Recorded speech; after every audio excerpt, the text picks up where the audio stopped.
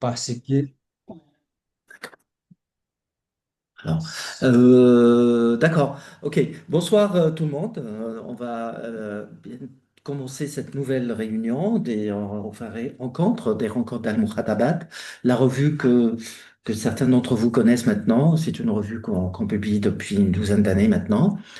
Et en parallèle, bien sûr, de la publication des 4 numéros par an de la revue, on a développé un peu cet espace de conférences, d'échanges qui sont toutes connues par la plupart qui se connectent, et puis d'autres qui vont visionner la conférence tout à l'heure sur la chaîne du YouTube des rencontres.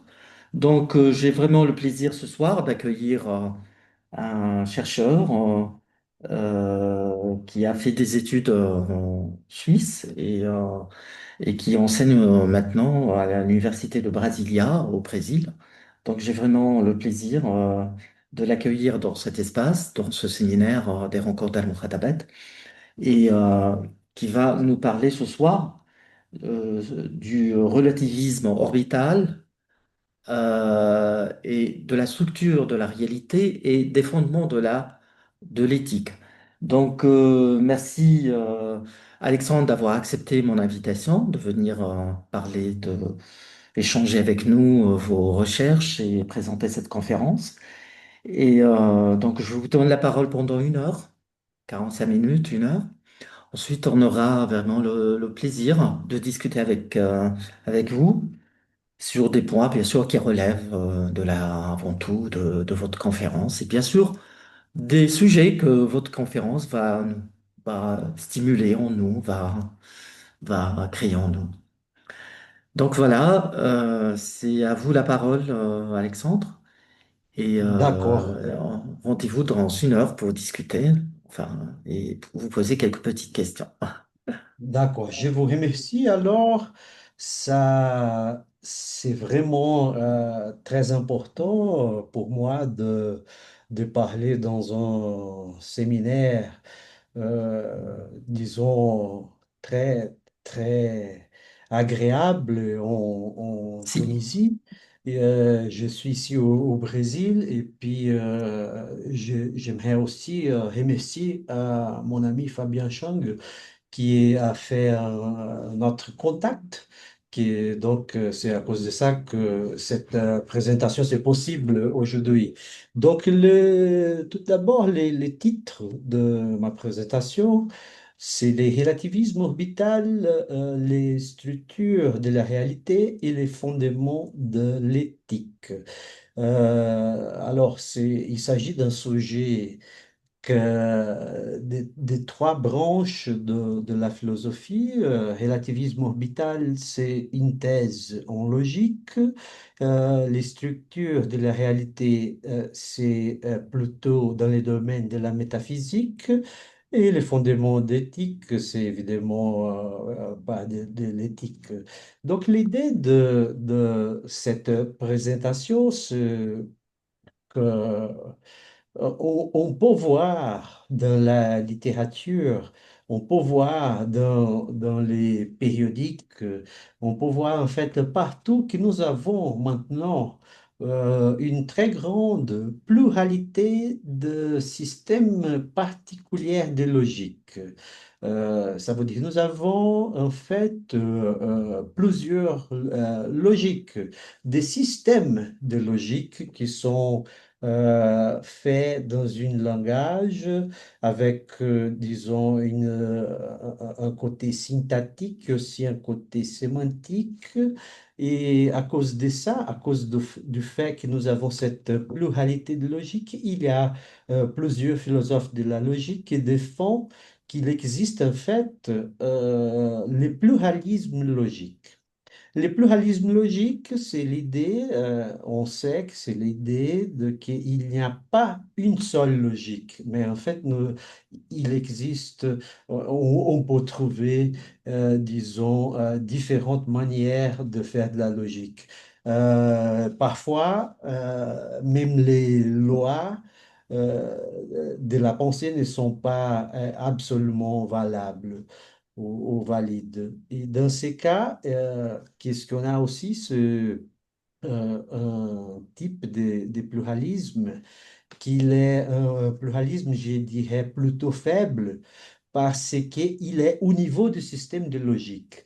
Mais bien sûr qu'on peut aller un peu plus loin et développer aussi un pluralisme, une pluralité des structures logiques. Ça, c'est bien plus général et ça, c'est dans le domaine de la logique universelle. La logique universelle, c'est une approche de la logique développé par Jean-Yves Béziot. Il a publié sur la logique universelle en différents livres, articles. Je prends ici comme exemple l'article qui s'appelle Logical Structures from a Model Theoretical Viewpoint. Dans ces livres, que j'étais l'éditeur pour rendre hommage à un collaborateur de moi, qui s'appelle Edelcio de Souza. Et bien sûr, si on va un peu plus loin dans le niveau de la logique universelle, donc le pluralisme, il se manifeste d'une manière beaucoup plus, disons, profonde et plus, disons, dangereuse. Bon, alors, ça, qu'est-ce qu'on doit faire? C'est commencer avec l'idée d'une structure logique. Et ça, je montrerai pourquoi le pluralisme, il peut devenir un super pluralisme, en fait. Juste voir ici, si c'est bon. Alors, je ferme ici. Voilà. Je ne sais pas si je suis encore en ligne. Est-ce que vous Oui, pouvez oui, confirmer? oui, Oui, oui. oui, oui. Ah, d'accord. Voilà. Donc, en fait, on a une structure logique. Et la logique, normalement, on prend un pair. Et le pair, c'est en fait composé. Il a un ensemble X. C'est ensemble X. Il est non vide. C'est ensemble X d'objets génériques. On n'a pas besoin de dire que ça sont des formules vraiment. Ça peut être, par exemple, des autres objets aussi. Et normalement, une logique, soit classique ou pas classique, ou bien une logique non classique, on peut dire que toutes les logiques sont des paires avec un ensemble et une relation de conséquences. Cette relation de conséquences, elle montre qu'est-ce qu'on peut déduire étant donné un ensemble de prémices, quelles sont les conclusions.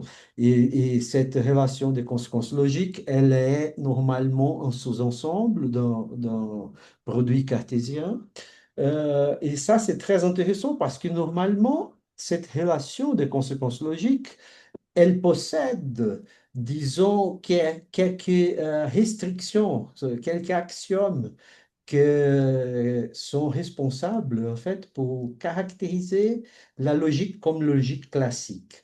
Mais qu'est-ce que c'est absolument étonnant, c'est que si on élimine les restrictions, c'est ça que c'est une contribution de Jean-Yves, c'est prendre la logique avec la relation de conséquence logique sans restriction, ça c'est la logique universelle.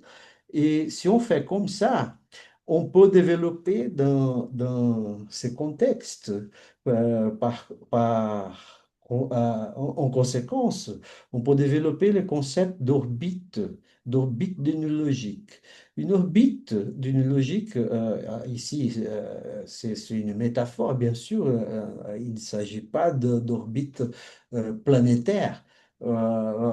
C'est un concept que j'utilise parce qu'il montre parfaitement l'idée de que, étant donné une logique centrale, nucléaire, on peut engendrer différentes manières de raisonner dans ces niveaux plus généraux qui n'est pas les niveaux du système logique. Et puis, ça, on peut évidemment faire engendrer ces logiques de différentes manières, infinies manières. Et moi, j'ai fait ça avec des collaborateurs dans un article qui est apparu dans ce périodique qui s'appelle Logica Universalis. universalis. Et là, on a fait des orbites pour une logique particulière qui s'appelle paraconsistante. Mais qu'est-ce que c'est important ici, on regarde bien ici maintenant que, étant donné la logique, elle, c'est une manière générale et abstraite de voir la logique. Pour cette raison, on peut dire que euh, depuis la logique, elle, on peut engendrer des différentes logiques. Voilà, qu'est-ce qu'on doit faire? Regardez-vous bien ici. Elle, avec ces trucs, ça s'appelle l'antilogique. La deuxième s'appelle la contre-logique. Cette logique, la troisième, c'est la logique nécessitiste, la logique contingentiste, la logique de la falsité, la logique de la vérité. Dans cette présentation, je considère seulement les deux premières, que c'est la contre-logique, la deuxième, et la première, que c'est l'antilogique, ou bien la logique de la réjection, comment elle a été proposée par le logicien polonais que c'est Łukasiewicz, que c'est le même qui a développé beaucoup de logique non classique. Et qu'est-ce qu'on a ici? C'est une propriété très, très compliquée qu'elle dit que si une chose, elle n'est pas le cas dans une logique, donc elle est le cas dans sa antilogique. Et la douzième condition dit que si quelque chose est le cas dans une logique, donc, sa négation doit être vraie dans sa contre-logique. Et ça s'appelle la deuxième contre-logique et la première antilogique. Ces deux manières de penser la logique sont vraiment agressives, je dirais, Mhm. parce qu'on peut voir que vérité et fausseté sont des valeurs qui dépendent du point de vue. Et ne sont pas des valeurs absolues de la raison humaine. Donc ici, je considère des autres cas, mais il y a un fini en fait. Ici, c'est juste illustratif. Euh, on va considérer seulement une logique au centre, sa antilogique, sa contre-logique, et ici l'infini sort des logiques qu'on peut engendrer, on peut obtenir à partir d'une logique donnée, elle. Donc c'est ça l'idée d'orbite. Donc si on va faire quelque chose un peu moins abstrait, on peut considérer les cas de la logique classique. Si on prend la logique classique, par exemple, dans la logique classique, c'est valable les principes de non-contradiction d'Aristote. Donc, ça veut dire que sa antilogique ne satisfait pas les principes de non-contradiction. Et dans sa contre-logique, nous avons la vérité d'une contradiction.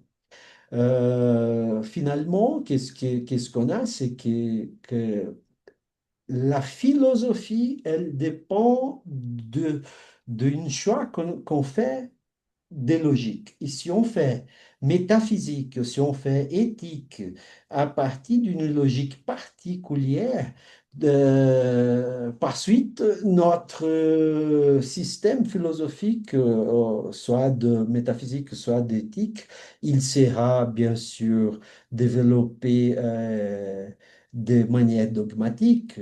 Si on n'ouvre pas notre conscience, disons, si on n'ouvre pas notre expérience philosophique pour toutes les structures qui sont possibles. Donc, c'est les modèles d'orbite de logique. Et ça que j'appelle le relativisme orbital. Mhm. Relativisme orbital, c'est un article de moi dans un livre pour rendre hommage à le logicien John Corcoran. Cet article il Mhm. est paru en 2024. Il s'appelle Universal Logic and Orbital Relativism. Et moi, j'appelle le relativisme orbital, c'est une thèse philosophique, bien sûr, méthodologique. Et cette thèse, elle argumente que pour n'importe quelle sorte de structure logique, on peut théoriquement, conceptuellement, prendre comme point de départ n'importe quelle sorte de structure logique pour la construction de théories. Donc, ça marche et ça marchera très clairement pour les mathématiques, pour les sciences en général et pour la philosophie. Qu'est-ce que j'ai dit avec ça? Je vais dire ça. On va prendre, pour être clair, la logique classique. Donc, on a la logique classique, la logique propositionnelle classique. Et après la logique classique, qu'est-ce qu'on fait? On fait la logique de premier ordre avec les quantificateurs. Et puis, d'après les quantificateurs, on peut faire les théories de premier ordre, comme par exemple les théories des ensembles et même l'arithmétique. Bon, mais tout ça dépendant de la logique propositionnelle classique. Et après, dans un autre niveau, on fait aussi la mathématique en général, la théorie des groupes, la géométrie, la topologie, l'analyse, et toutes les sortes de théories mathématiques. Après, dans un autre niveau un peu plus, disons, riche du point de vue de langage, on a les sciences. Et dans ces cas, on a la théorie de la relativité, on a la mécanique classique, mécanique quantique. Et ça, à ce moment-là, avec la mécanique quantique, ça commence à avoir des problèmes parce que la logique propositionnelle classique, il y a des fragments qui ne sont pas vrais, disons, pour la mécanique quantique. Et puis aussi, après, on a la philosophie qui normalement s'est fait depuis des raisonnements classiques. Si on prend la logique modale, si on prend toute la métaphysique, on part toujours de la logique classique comme base de raisonnement. Et finalement, tout ça qu'on a fait du point de vue classique, on peut aussi développer, c'est ça qui c'est le relativisme orbital défend. On peut faire les mêmes choses qu'on a fait classiquement pour les aides logiques, pour les contre-logiques et pour n'importe quelle sorte de théorie ou des structures logiques. Bien sûr, l'humanité, jusqu'à le moment 2025, elle ne connaît pas comment ça marche, une mathématique basée, fondée sur une antilogique. L'humanité ne connaît pas comment ça marche, la mathématique, les sciences, la philosophie fondée sur les contre-logiques. Ça, c'est peut-être pour le futur de l'humanité. Mais le relativisme orbital, il argumente le suivant. Toute cette manière de penser sont, disons, authentiques. Et nous, on a maintenant la logique, on a tous développé des piles de raisonnement classique parce que c'est comme ça. Mais nous ne sommes pas au dernier niveau de l'humanité, nous sommes au début de l'histoire de l'humanité. On doit être clair avec ce point.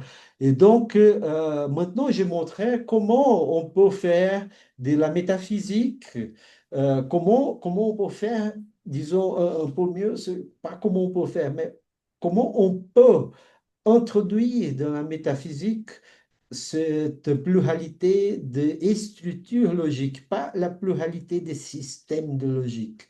Et ça, c'est fait déjà pour moi avec deux collaborateurs, M. Bessouza et M. De Souza. On a appelé ça la théorie des galaxies. Théorie des galaxies, c'est en fait une application du relativisme orbital. Bien sûr que la théorie des galaxies, c'est de 2015. Ça a été développé beaucoup plus avant que le relativisme orbital.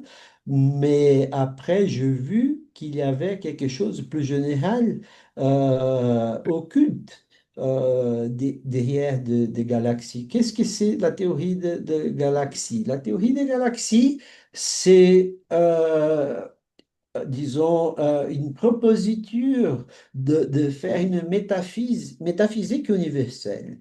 Parce que chez nous, qu'est-ce qu'on a? Si on prend les travaux de philosophes comme Bertrand Russell, Wittgenstein, ou, ou bien Sao Kripke, ou bien Dave Lewis, on voit très clairement que tous ces travaux sont, disons, dépendants de la logique classique, sont des travaux qui sont, disons, parasitaire des raisonnements classiques.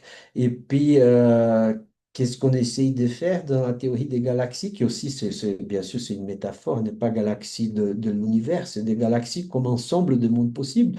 La théorie des galaxies, elle essaye d'ajouter toutes les dimensions des structures logiques dans la métaphysique pour ne pas faire un discours métaphysique complètement dépendant et parasitaire d'une logique particulière. Donc, on a fait ça dans cet article qui s'appelle Logics in the Galaxy. C'est disponible en ligne, c'est très simple de le voir. Et puis, la métaphysique universelle, elle est, disons, une application de relativisme orbital. Euh, et on dit là qu'une galaxie, qu'est-ce que c'est une galaxie? Étant donné une logique L, la galaxie de L, en fait, la galaxie de L, c'est un ensemble de mondes possibles. Et ça signifie que ces mondes possibles, ils sont compatibles avec la logique L. Donc, si on prend la galaxie de la logique classique, ici, on écrit d'une manière un peu plus différente parce que la relation de conséquences est définie entre une logique et un monde possible. Et ici, ça veut dire que le monde W, il est compatible avec la logique réelle. C'est-à-dire, toutes les vérités d'elle sont les cas dans le monde possible W. Ici, on prend tout le monde possible avec cette propriété, donc ça, c'est la galaxie d'une logique. Mais bien sûr qu'ici, on part d'une logique L, donc on peut faire la galaxie d'elle, on peut faire la galaxie de la antilogique d'elle, et on peut faire de la contre-logique.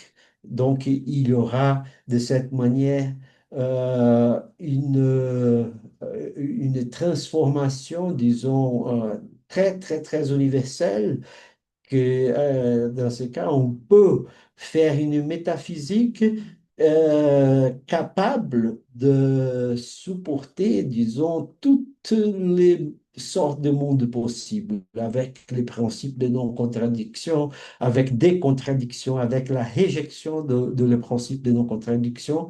Donc ça, c'est le premier cas, et j'appelle ça les structures de la réalité parce que structure de la réalité, ça c'est quoi? C'est dans les domaines, bien sûr, de la philosophie analytique, quand on prend des propositions atomiques dans les sens de Bertrand Russell, dans sa philosophie d'atomisme logique, et après les propositions atomiques, nous avons les objets, les propriétés, les relations, et comme ça on peut faire, disons, on peut dire qu'est-ce que ça veut dire les réels pas dans son contenu, mais sa structure, qui est la structure de réel, de la réalité. Elle est donnée évidemment par la logique et aussi par les mathématiques.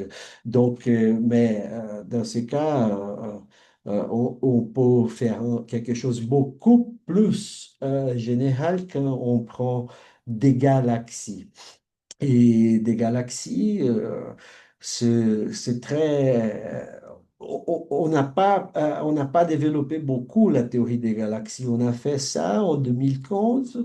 On a essayé d'aller un peu plus loin, mais c'était vraiment très difficile de mettre de faire des combinaisons des galaxies de logiques différentes. C'est très différent et on ne sait pas comment faire. Et puis, Monsieur Bensouzin, il a travaillé un peu seul dans ses recherches. Et moi aussi, je vais dans une autre direction. Je parle maintenant de raisonnement orbital, de relativisme orbital, parce que on peut voir que galaxie, c'est le contenu métaphysique d'une logique. Mais le relativisme orbital, c'est quelque chose qui ça apparaît avant. Parce que ici, par exemple, pour la logique L, on a, si psi n'est pas une conséquence de l'ensemble gamma, donc sera une conséquence dans sa antilogique. Ça va engendrer une galaxie, mais ça n'est pas une galaxie, mais ça donne origine à une galaxie. Donc, c'est pour cette raison que le relativisme orbital, il vient après la théorie des galaxies, malgré, historiquement, il a apparu après, bien sûr. Euh, et puis aussi, je peux parler ici, c'est un problème, moi je trouve formidable ce problème. C'est les problèmes, c'est une autre application du relativisme orbital, mais dans ces moments à les domaines de l'éthique. Bien sûr que nous sommes de philosophes intéressés à la logique et on fait de philosophie analytique. Nous avons la logique comme méthode et donc quand on va étudier l'éthique, les fondements d'éthique surtout dans les contextes de relativisme orbital, ça c'est vraiment étonnant. Donc, qu'est-ce qu'on a ici dans les domaines de l'éthique? On peut déjà comprendre qu'il y aura des problèmes assez graves si on fait éthique d'un point de vue vraiment universel, parce que quand on dit on est contre les relativismes, on cherche les universalismes, on essaye de dire qu'on est universel, mais on est universel mais dépendant d'une forme particulière de raisonner. Qu'est-ce que je veux savoir? C'est si c'est possible d'être universel si on considère toutes les pluralités des structures logiques, pas des logiques particulières. Donc ici, qu'est-ce qu'on a? L'idée principale, c'est qu'est-ce qu'on sait? Que les valeurs morales des biens et du mal, ils sont bien sûr relatifs à des coutures. Ça, c'est très connu en éthique, ça s'appelle le relativisme culturel. Ça veut dire que c'est une chose qui est considérée bien ou bien au mal dans une communauté morale. Peut-être ces valeurs ne sont pas considérées bien et mal dans une autre communauté. Donc, comment fonder, disons, les jugements moraux dans ces cas? Comment je peux dire à quelqu'un que quelqu'un doit faire quelque chose, quelqu'un pour me dire, ouais, mais pourquoi? Pourquoi je dois faire? Si les valeurs morales ne sont pas universelles. Donc ça, c'est le problème de trouver des fondements de l'éthique, parce que comment je peux donner un fondement des jugements moraux, disons, des manières ultimes, des manières finales, disons, des manières indoutables. Comment je peux dire à quelqu'un, alors, il faut faire ça, quelqu'un doit faire ça parce que nous avons ça comme des valeurs universelles qui sont valables dans n'importe quelle culture, n'importe quelle communauté. Donc, c'est ça les grands problèmes. Et donc, l'idée, c'est comment on peut faire pour établir l'existence des valeurs morales universelles. C'est ça le problème de trouver des fondements derniers, disons, des fondements derniers politiques. Comment justifier des jugements moraux euh, si on n'a pas de valeurs, au moins si on regarde de manière superficielle, si on n'a pas de valeurs qui soient valables dans toutes les planètes. Et on peut bien sûr compliquer ça encore plus si on dit dans tous les cosmos. Mais dans ces cas, je vais maintenant appliquer le relativisme orbital pour les raisonnements qu'on fait en éthique. Donc, ça, c'est le problème de trouver comment fonder les jugements moraux disons, dans une base solide qu'on n'a pas, qu'on ne peut pas douter. Donc ici, c'est un diagramme. Mais ces diagrammes, il n'y a rien à voir avec la théorie des catégories. Il semble un diagramme catégoriel de théorie mathématique des catégories, mais il n'est pas un diagramme des théories des catégories. Je vous explique qu'est-ce que ça veut dire ces diagrammes. Il est bien expliqué dans l'article Universal Logic and Orbital Relativism. Dans ce diagramme, il dit, dit ça. Alors, étant donné la logique L, la logique L, on prend la logique L comme un ensemble de X, une relation de conséquences. Il y en a plusieurs systèmes de logique qui sont cas particuliers de cette logique L. Donc, si on prend par exemple les structures logiques tarskiennes de le logicien Alfred Tarski, Tarski, il a mis là trois restrictions de la relation de conséquences logiques. Et toutes les logiques non classiques que les gens sont en train d'étudier sont des conséquences logiques ben, paraconsistantes, intuitionnistes, logiques avec plusieurs valeurs de vérité, logique modale. Tout ça sont des cas de logique tarskienne. Et donc ici, qu'est-ce que j'ai dit? Étant donné une structure logique, on peut engendrer ici, on peut faire plusieurs infinies, en fait, logiques particulières. Donc, si on prend L tarskienne, L1, ça peut être la logique classique, L2, ça peut être la logique paraconsistante, L3, ça peut être le logique et intuitionniste, et comme ça. Euh, mais quand on étudie la logique, on dit des arguments. Cet argument, il est valable. L'autre argument, il n'est pas valable. Il est valide, il n'est pas valide. Bon, ça, c'est la même chose de l'éthique. On dit la validité, ça veut dire bien. Invalidité, ça veut dire mal. Donc, on peut raisonner et déduire que les valeurs morales sont aussi introduites dans les systèmes logiques quand on dit quels sont les arguments qu'on considère qu'ils sont en train de respecter les validités, par exemple. Et c'est pour ça que j'ai mis ici M1, Mn, ça veut dire que chaque logique, elle fait, elle donne, elle fait elle engendre en fait des valeurs morales. Donc, si on prend le raisonnement classique, on a la moralité attachée à la logique classique. Mais pour chaque logique, on va avoir ces valeurs morales qui sont là, toujours associées. Et puis, qu'est-ce que ça implique? Ça implique que euh, si on prend une logique, les systèmes éthiques, c'est les systèmes généraux qui laissent sous-jacent, disons, les moralités particulières. Donc, étant donné une structure logique, elle implique un système d'éthique, mais elle implique aussi différentes logiques particulières et différentes manières particulières de penser les valeurs du bien et du mal. Maintenant, on peut faire exactement la même chose si on prend ici l'antilogique. L'antilogique, elle va donner aussi des logiques particulières qui ne sont pas encore connues par l'humanité, ne sont pas encore connues par l'humanité, il faut bien dire ça, ce anti-éthique, anti-moral. Et ici, on a une contre-logique. Il y aura des contre-logiques particulières qui ne sont pas aussi connues. Et puis ici aussi, des contre-moralités et contre-éthiques.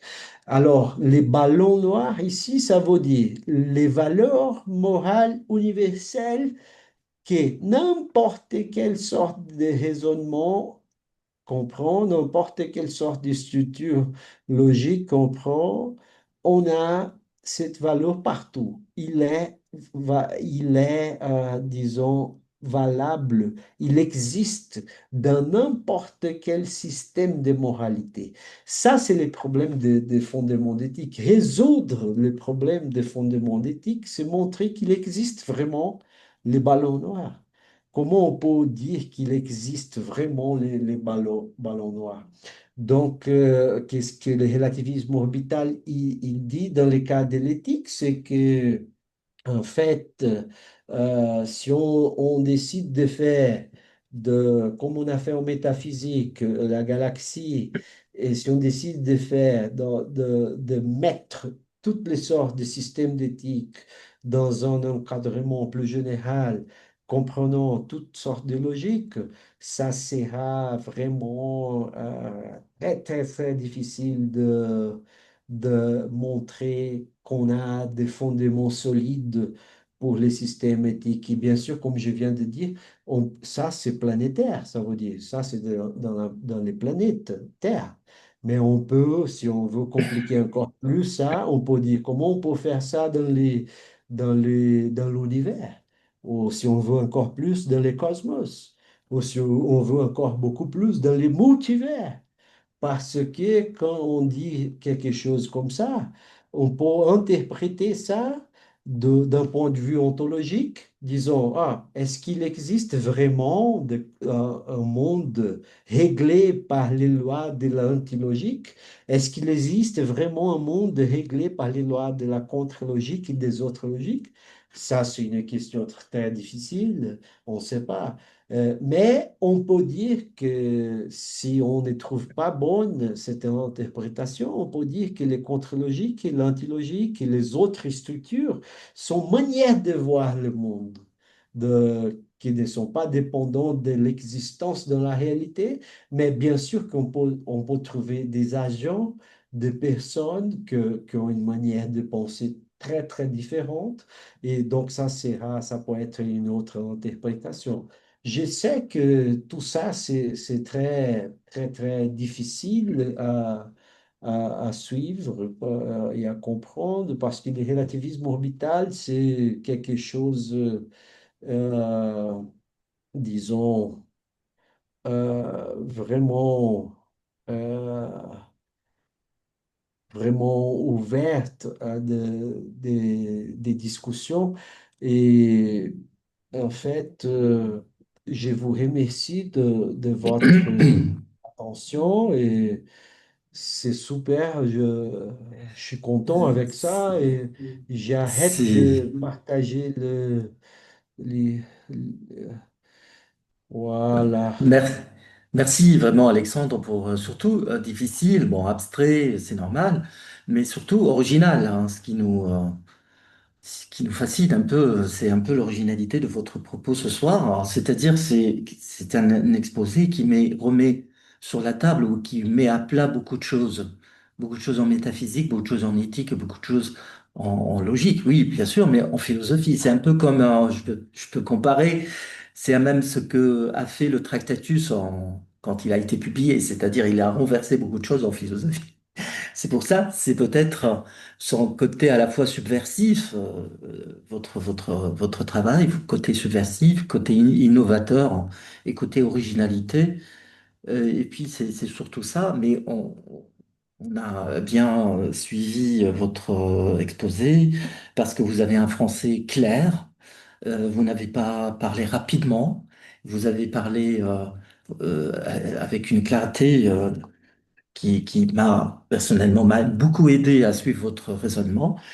Et je tiens à vous vraiment féliciter pour ce travail, ces enchaînements que vous réussissez à faire entre des domaines que souvent en philosophie on pose comme étant distincts, séparés. Et, euh, et vous avez réussi aussi à réfléchir contre certains modes philosophiques. C'est-à-dire, je me rappelle toujours puisque moi, personnellement, j'étais formé dans Quine, il faut toujours penser à la fois à l'épistémologie, etc., par rapport à une seule logique, par rapport à un seul niveau, etc. Il nous interdit de penser, de faire de la philosophie et sur d'autres niveaux, etc. Vous souvenez toujours de de cette distinction, cette dissociation logique standard, classique, logique déviante ou déviationniste et tout ça, c'était vraiment un handicap fort majeur pour ceux qui étaient formés dans la philosophie de Courant. Mais bien sûr, et c'est aussi à la mode l'antifondationalisme. À un moment, on avait cette tendance-là, je me rappelle très bien, chez Stewart Shapiro, par exemple, il y a toujours cette volonté de construire par-delà les fondements. Et comme si la question des fondements, c'est une question qui va nous faire amener à une métaphysique, à la métaphysique, mais pas dans le sens où vous prenez la métaphysique, bien sûr, au sens où une philosophie première, hein, c'est-à-dire une philosophie première, une sorte de spéculation qui n'est pas tout à fait, qui ne se déroule pas tout à fait de façon en total respect à l'esprit scientifique et aux acquis, etc. Alors, vraiment, bravo, Alexandre, pour cette recherche, pour cette façon de travailler, pour cette façon de développer. Et moi, au départ, j'étais un peu suspect par rapport à cette notion de relativisme orbital que je découvre ce soir avec vous et avec mes collègues, mes amis. Le relativisme, c'est-à-dire finalement, vous avez, euh, vous avez finalement vidé de tout sens, hein, le relativisme. Au contraire, vous l'avez mis dans une sorte d'harmonie tout à fait le principiel avec l'universalisme, hein. C'est-à-dire, c'est pas l'opposé, le relativisme, ni sur le plan anthropologique, culturel ou logique, avec l'universalisme. Au contraire, c'est une condition sine qua non pour comprendre la vraie universalité. Voilà. On n'est pas parfois bien préparé à raisonner dans cet esprit-là qui est tout à fait original, c'est-à-dire à nous séparer des dichotomies, c'est-à-dire des dualités. Voilà, on a toujours dans la tête, dans notre formation de philosophe classique, des dualités, sujet, par exemple, le monde, sujet, objet, etc. Et on garde toujours cette pensée de la logique comme étant quelque chose qui ne dit rien du réel, qui ne dit rien de l'éthique, qui ne dit rien, surtout qui est coupé de la métaphysique, hein. Même, bien sûr, on sait très bien qu'avec Aristote, elle était très intimement liée à la fois à l'ontologie, à la, à la métaphysique. Et je vous remercie aussi beaucoup pour l'enchaînement que vous avez fait entre l'éthique et la logique. C'est dans la trame et la tradition de John Corcoran, hein. Donc, il a écrit un fameux article The Indispensability of Logic and Ethics. C'est très fondateur, hein, et c'est un texte qui est très, qui nous a un peu donné des leçons dans cette inséparabilité vraiment fondatrice et fondamentale entre la logique et l'éthique. Et je tiens à vous dire, Alexandre, qu'on a traduit cet article de John Corcoran en arabe. Et il a été traduit en arabe et qu'il a été publié dans un des numéros de la revue Al-Mutarabet. Et a Ah été bon? traduit par un Irakien qui était ami avec John à l'époque, avant son décès, et qui était ami, et nous sommes toujours en rapport, en contact avec Super, cet super. Irakien. Et je peux vous donner, Oui. si vous voulez, la référence exacte. Pour ceux qui lisent l'arabe, bien sûr, c'est une belle traduction. Alors, nous passons maintenant un peu à la discussion. S'il y a bien sûr des discussions, je donne toujours la priorité. S'il y a des points sur lesquels que vous voulez un peu, vous voulez sur lesquels vous voulez qu'Alexandre vienne ou vous voulez plus de précision C'est vrai, c'est un exposé qui, dans le langage de Michel Mayer, problématisant, c'est qu'il problématise, qui fait de la philosophie avec, en posant des problèmes. C'est ça qu'il faut faire, hein. Je pense qu'il n'y a pas une autre façon de faire de la philosophie. Il ne s'agit pas de nous donner des contenus à endosser, mais d'explorer des espaces. Et vous dites, j'ai bien apprécié cette méthodologie, vous dites, ça, ce sont des choses qu'on va peut-être on va connaître à l'avenir de l'humanité. Et si... Moi-même, je ne défends pas le relativisme orbital, c'est juste une constatation. C'est juste quelque chose que je vois dans le monde. Mais je suis contre le relativisme orbital, en fait. Je voulais le D'accord. dépasser, bien sûr. Je voulais les dépasser. Je suis pas un sceptique qui dit alors le relativisme orbital, c'est quelque chose que qu'on ne peut pas supérer. Non, moi Hmm. je voulais dépasser les frontières du relativisme orbital. Parce que le relativisme, si on fait du relativisme d'une manière, disons, euh, euh, d'une manière pas agréable, on peut être conduit pas à des points de vue qui ne sont pas raisonnables, comme par exemple des négativismes ou des choses que la négation, néger les sciences, les découvertes scientifiques. Bon, alors il faut faire attention quand on parle sur les relativismes orbitaux. Et il montre les dangers de la philosophie. La philosophie, comme dit mon ami Ben c'est vraiment dangereuse, la philosophie, hein, parce que c'est quelque chose qui a un danger. Parce que quand on décide de penser, on va vraiment penser. Donc, on va avoir des doutes. Et bien sûr qu'on va dire qu'il n'existe pas de loi universelle, absolue de la logique. Mais le point important, c'est qu'il ne s'agit pas d'un pluralisme logique ordinaire qui fait une métaphysique, disons, intuitionniste ou bien paraconsistante, mais c'est un super pluralisme qui considère que toute cette logique-là paraconsistante, qui sont normalement appelées des logiques non classiques, sont en fait logiques classiques, sont des manifestations de la logique classique. Qu'est-ce qu'on essaie de voir? C'est quelque chose beaucoup plus large et beaucoup plus, disons, général. Là. C'est Ah, les structures. d'accord. C'est vraiment, je suis un peu, un peu étonné parce que peut-être je vous ai mal compris. Alors, je vous ai mal. C'est-à-dire, est-ce que vous défendez le pluralisme logique? Ou les super-pluralismes, parce que les Ah, pluralismes logiques, ils dépendent des logiques particulières. Par exemple, on a la ouais. logique classique et les logiques non classiques. Hmm. Les logiques non classiques, on a les logiques intuitionnistes, modales, logiques à plusieurs valeurs de vérité. Ça sont toutes sortes de logiques dans une structure logique simple tarskienne. Qu'est-ce que j'ai fait? C'est aller beaucoup plus loin que ça. Parce que j'ai dit, toute cette logique qui sont appelées des non classiques sont en fait classiques. Sont des petites logiques, sont des enfants de l'écriture tarskienne. Qu'est-ce qu'on doit faire? C'est aller pour des structures qui ne sont pas tarskiennes. Et l'antilogique, c'est une structure qui n'est pas tarskienne. Donc, toutes les logiques qui sont considérées non classiques ne sont pas, disons, antilogiques ou contre-logiques, sont des cas particuliers de la logique Oui. C'est- tarskienne. Et puis quand je parle de antilogique, c'est beaucoup plus, disons, général que ça, en fait. Il ne s'agit pas de développer des métaphysiques et éthiques avec des logiques non classiques que j'appelle d'ordinaire. Des logiques non classiques ordinaires sont des logiques qui sont étudiées par les logiciens non classiques. Ici, on est dans le niveau de la logique universelle. On prend une logique avec un ensemble et une relation de conséquences.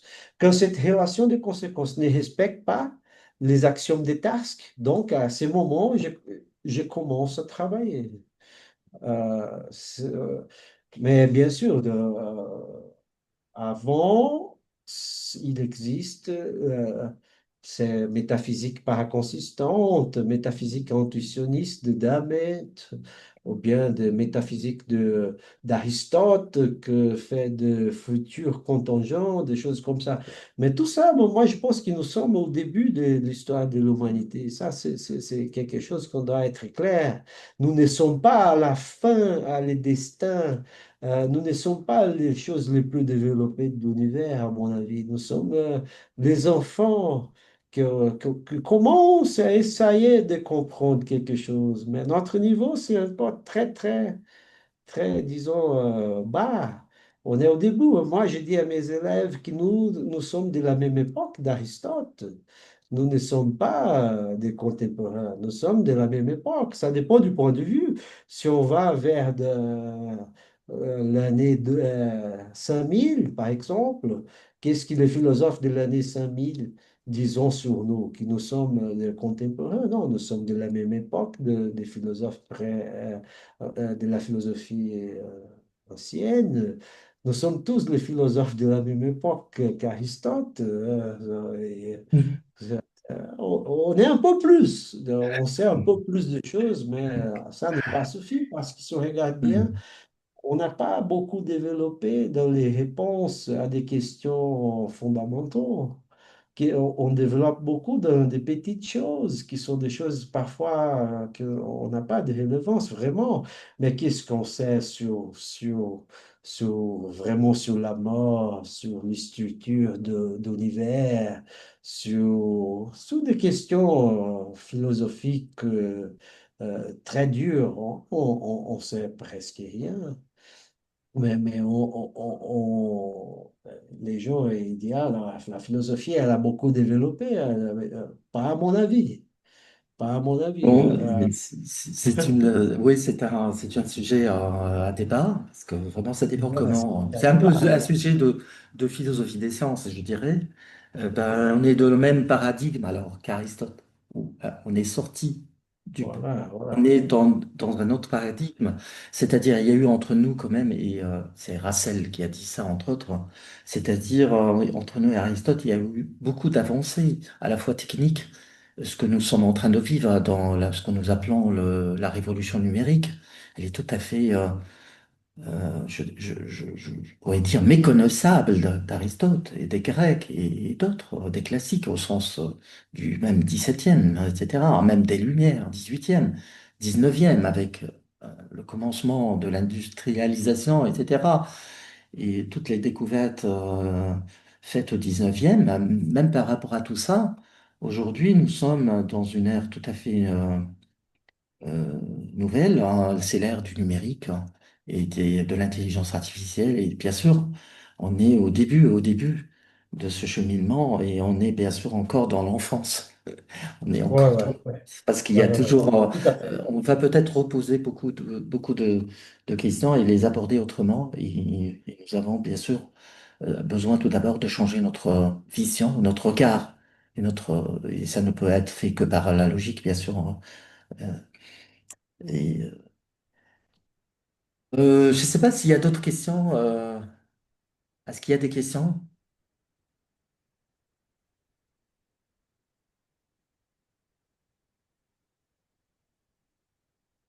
Est-ce que par exemple, l'humanité, est-ce qu'on peut revenir à l'histoire pour découvrir des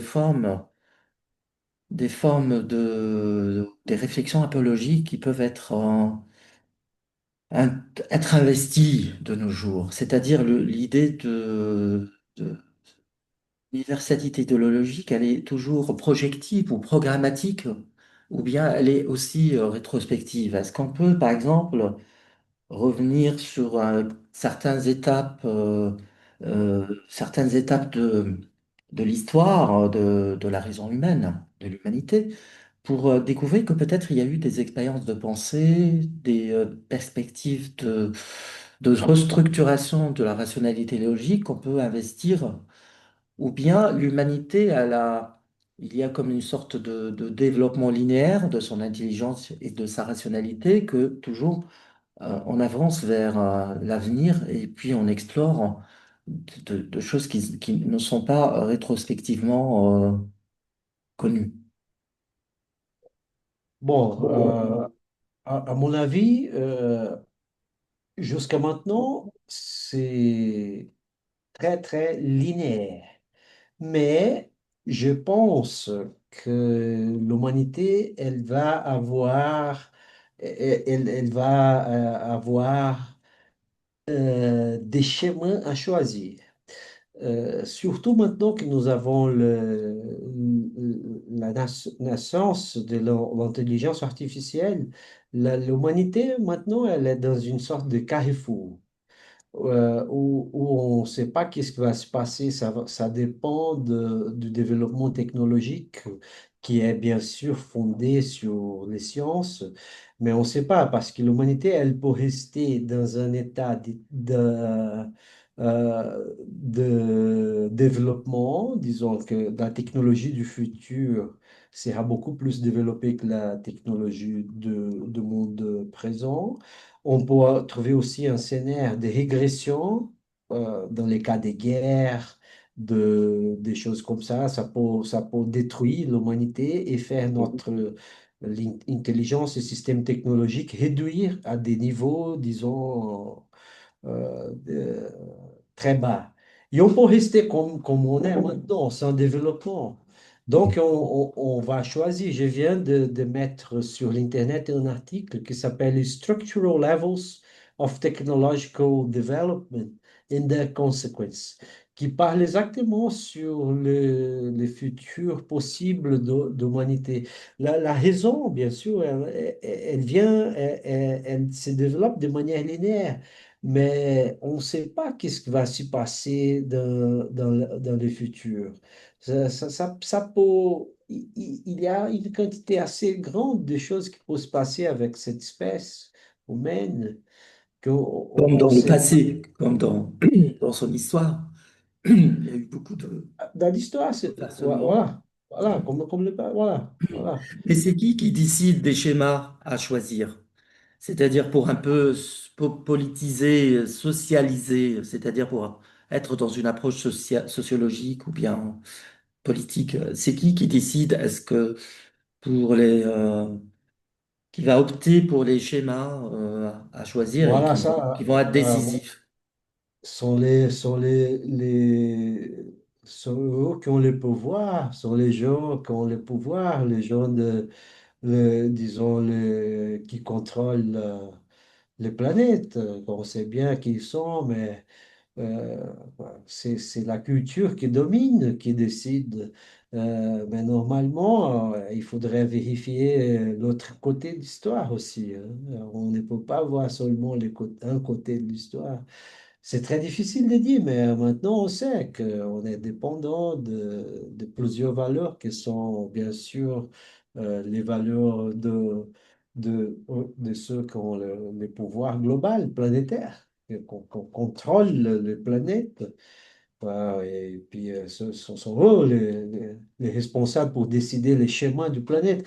Mais si dans le futur on arrive dans un gouvernement planétaire unifié, quand on arrive dans un point où la Terre sera, où il n'y aura plus de pays, il y aura seulement une planète, que c'est une seule pays qui s'appelle planète Terre. Il n'y aura plus de division, des choses comme ça. C'est ça qu'on essaye de faire pour le futur de l'humanité. Mais moi, je travaille maintenant aussi sur le paradoxe de Fermi, qui c'est un truc d'astrobiologie. Mais moi, je travaille aussi sur the Futures Studies. Donc, pour moi, c'est très intéressant de penser sur tous ces sujets, hein.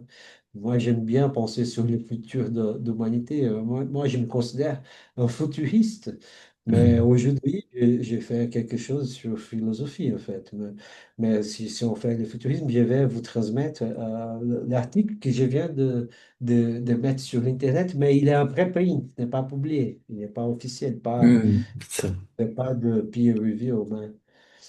Mais c'est super. Ici, c'est vraiment très formidable votre travail comme éditeur de Al-Mukataba. Oui, Je vous félicite. eh bien C'est voilà, je mettrai un vraiment, moi, numéro. j'espère publier Donc, un article chez vous. avec plaisir. Donc, J'espère. nous essayons un peu de faire de la recherche. C'est très difficile en Tunisie de développer vraiment de la recherche scientifique. On essaie un petit peu de mettre un peu les choses au niveau mondial, international. Donc, à travers la revue, entre autres, à travers ce séminaire, les rencontres toujours, hein, et voir un peu comment on travaille les questions.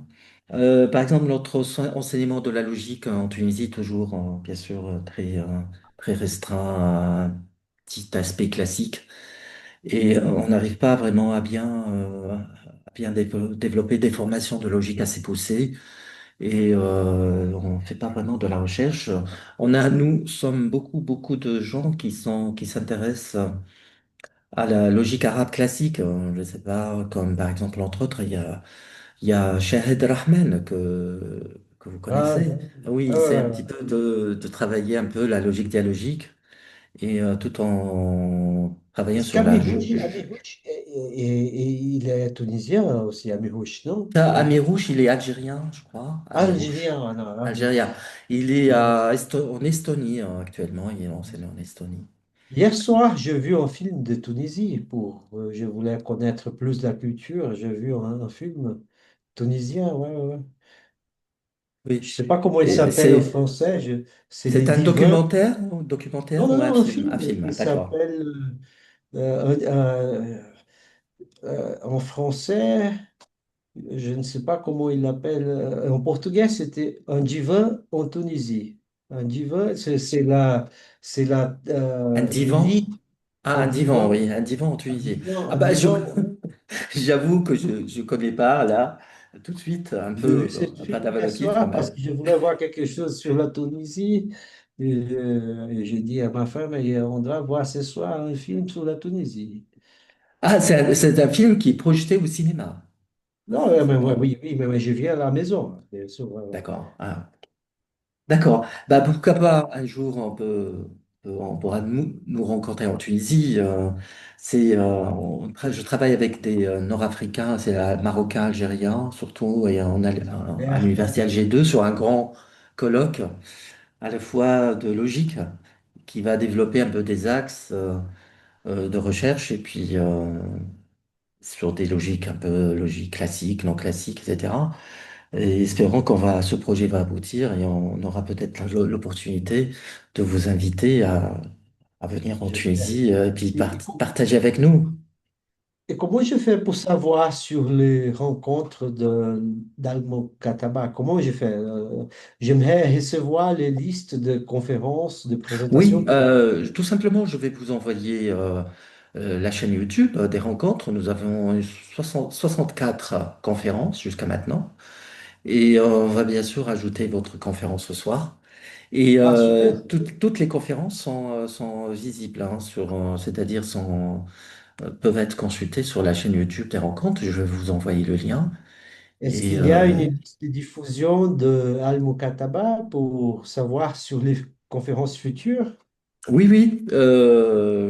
Enfin, en général, j'utilise les réseaux sociaux. J'utilise LinkedIn. J'utilise des plateformes comme ça pour diffuser l'information au sujet des Super. rencontres. Mais je peux Je vous vais... envoyer là, je vais vous envoyer un peu de façon régulière un peu nos activités. Et puis, s'il y aura Super. des choses qui sont en relation avec ce que vous faites, bien sûr. Nous développons un peu, travaillons en trois langues, hein, c'est-à-dire parfois il y a les conférences qui sont tournées en arabe, mais on demande toujours d'utiliser un peu l'anglais comme langue de recherche pour que on puisse un petit Mhm. peu permettre aux participants de nous suivre. Mais aussi en français, il y a beaucoup de conférences qui ont été données par Jacques Dubuc, que je pense que vous Books. connaissez. Jacques Dubuc, ça aussi, il nous a fait part de deux conférences très intéressantes, récemment sur la coopération épistémique, hein, un peu, qui était justement ajustée à ce que nous cherchons à faire. C'est-à-dire, nous, le travail scientifique, c'est toujours coopératif, hein.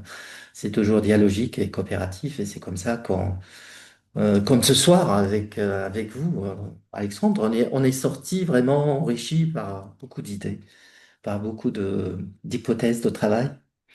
Et peut-être moi, j'ai personnellement, non seulement sur le plan vocabulaire, mais aussi sur le plan de votre projet, appris beaucoup de choses et remis en question dans ma tête beaucoup de choses. Mais juste peut-être comme ça, je ne veux pas trop vous embêter, la métaphysique, parce quand on regarde l'histoire, la métaphysique, ça a été toujours, si on prend comme exemple Leibniz, il y a toujours dedans, on peut dire, la question de Dieu ou du savoir divin. Est-ce que vous vous êtes posé cette question quand vous travaillez, vous essayez d'enchaîner la logique, l'éthique, la métaphysique, est-ce que vous vous êtes posé cette question? Le savoir par rapport à Dieu, est-ce que ou pas, c'est-à-dire le connaître par rapport au point de vue divin. Est-ce que l'avenir de l'humanité serait un petit peu ce point-là ou ça serait autre chose? Bon, du point de vue de Dieu, bien sûr, pour Dieu, il n'existe pas de relativisme orbital. Relativisme orbital, c'est quelque chose pour nous pour nous, les humains qui ne sont pas, disons, capables de bien réfléchir, de bien comprendre les choses. Mais pour Dieu, il n'y a pas de relativisme orbital. Pour Dieu, il connaît, il sait parfaitement quelles sont les vraies valeurs morales. Il sait sur tous les mondes possibles. Il sait, disons, sur toutes les galaxies. Il connaît toutes les galaxies. Il connaît les vraies valeurs du bien, du mal. Pour lui, évidemment, il n'y aura pas les problèmes que je pose. Les problèmes que je pose, c'est un problème pour des agents précaires qui sont des agents mortels, des agents comme nous. Frappé par Et la contingence. voilà, voilà. Et, et si on regarde bien dans ce travail que j'ai fait en astrobiologie, il y a le monsieur russe qui s'appelle Nikolai Kardashev. Il est déjà mort, il est décédé en fait. Mais monsieur Kardashev, il a fait une classification des niveaux technologiques qu'on peut trouver de civilisations hypothétiques de l'univers. Et pour lui, nous, dans la Terre, nous sommes dans un niveau 0,7, 0,8. Nous ne sommes même pas encore technologiques parce que pour être une civilisation technologique, il faut contrôler technologiquement toutes les planètes. Et nous, on ne contrôle même pas la Terre, on ne sait pas, il y a des tragédies qui se passent tous les jours. Une civilisation du niveau 2, elle a des technologies pour contrôler, disons, tous les systèmes de sa étoile. Et selon lui, la civilisation des niveaux 3, elle a la capacité de contrôler l'univers. Et puis maintenant, il y a des généralisations de l'escale de Kardashev pour les niveaux 5, 4 et 5. Les niveaux 5 de Kardashev, c'est des civilisations qui ont des technologies pour contrôler l'univers. Bien sûr, Dieu, il est de type 5, ou bien de type oméga. Et il a pouvoir pour contrôler technologiquement n'importe quel univers et multivers. Pour lui, il n'y a pas de relativisme orbital. Ça, c'est quelque chose pour une civilisation pré-technologique, disons, à bas, qui n'est pas même niveau 1, selon Kardashev.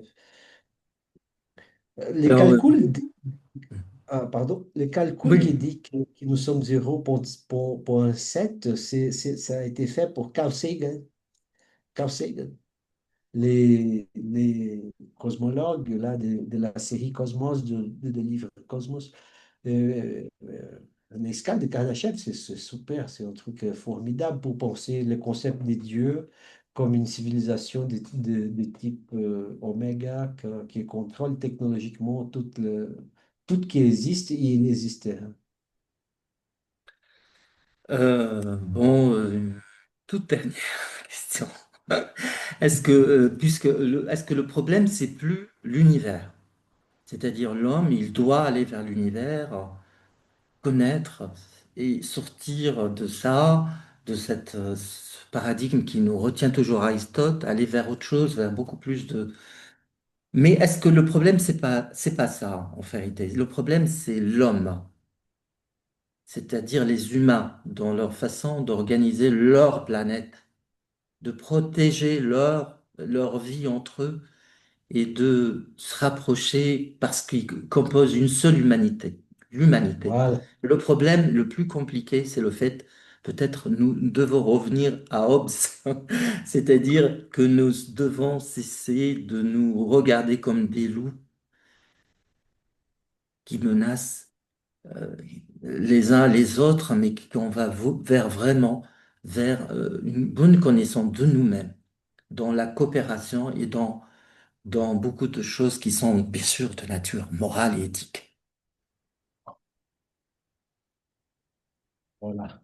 Ben, je suis tout à fait d'accord. Je pense qu'on doit absolument euh, faire quelque chose parce que l'humanité, elle est en train de choisir des chemins qui ne sont pas bien. On a encore l'opportunité de régler ça, mais bientôt peut-être il n'y aura plus cette opportunité. Bon, mais bien sûr, l'humanité doit faire quelque chose pour sauver les planètes. Mais comme on est maintenant, je pense que on est très proche de quelque chose qui s'appelle Global Catastrophic Risk, comme dit les messieurs Bostrom et Milan Turkovic. Euh, on a passé un moment assez très difficile avec les coronavirus, la pandémie et des choses comme ça. Et j'ai dit, ah bon, maintenant, l'humanité, elle va être bien, on va être collaboratif, on va faire des choses ensemble, il y aura plus de problèmes dans les planètes. Mais il me semble qu'après, l'humanité, c'est encore pire. Ça, c'est une catastrophe. Absolument. Je ne sais pas quoi faire pour sauver ces planètes, pour sauver l'humanité. Je ne sais pas quoi faire. C'est très difficile. Alexandre, encore une fois, merci d'être là ce soir avec nous, d'avoir partagé ces réflexions-là qui nous ont vraiment qui nous ont excités de l'intérieur et nous ont donné à, à réfléchir et pas seulement à écrire, à encore discuter avec nos collègues, avec nos étudiants de tous ces problèmes-là et à retravailler encore. Vraiment, c'est une bonne séance, on peut dire philosophique, que nous avons vécue avec vous. Et vraiment, je vous remercie au nom de tous les participants, au nom de tous ceux qui vont plus tard visionner et peut-être nous laisser des commentaires, des questions. Voilà, je vous Et remercie. Vous êtes magnifique. Merci beaucoup. C'était vraiment une expérience très agréable. Je vous remercie et félicitations pour le alors, travail que vous avez. je vous donne rendez-vous pour une future publication dans la revue J'espère. Al-Mukhatabat. Et, J'espère. et puis, nous resterons en contact, bien sûr, pour travailler chacun un peu dans son angle, Parfait. mais pour un objectif commun et qui est le bien de toute l'humanité. C'est vrai, la question un peu l'optimisme anthropologique à la Rousseau, est très très difficile. Il y a beaucoup de langues, beaucoup de cultures, beaucoup de choses qui sont de l'ordre du pluralisme parfois, mais que je pense le pluralisme, c'est la richesse de l'humanité, c'est le trésor de l'humanité, ça devrait pas être devenir le contraire. D'accord. Ouais. D'accord. Merci beaucoup alors. Merci Alexandre et à très très très bientôt. Merci à tout le monde. Alors je vous donne rendez-vous bientôt dans une autre rencontre. Ça va être, je crois, ça va être soit très très prochainement, ça va être avec une Algérienne qui va nous parler en arabe de Jean Cavaillès et de un peu de ce qu'il a fait en philosophie des mathématiques et comment il est allié à la fois créativité mathématique et résistance. Résistance par rapport au nazisme. C'est peut-être on va tirer un peu quelques leçons dans les termes de ce que Cavaillès a donné a vécu. On sait qu'il a été fusillé en 1944 par les nazis, mais qu'il était un grand résistant contre le nazisme, contre le fascisme, contre les formes d'oppression. Et voilà. Donc je vous donne rendez-vous très, très prochainement, dans quelques jours, avec Zoubeida Benmissi, qui est prof algérienne, qui va nous parler de Cavaillès. Donc à très bientôt et merci et voilà. Merci. Bonne Au soirée. revoir. Bonne Bonne soirée. soirée. Bonne soirée.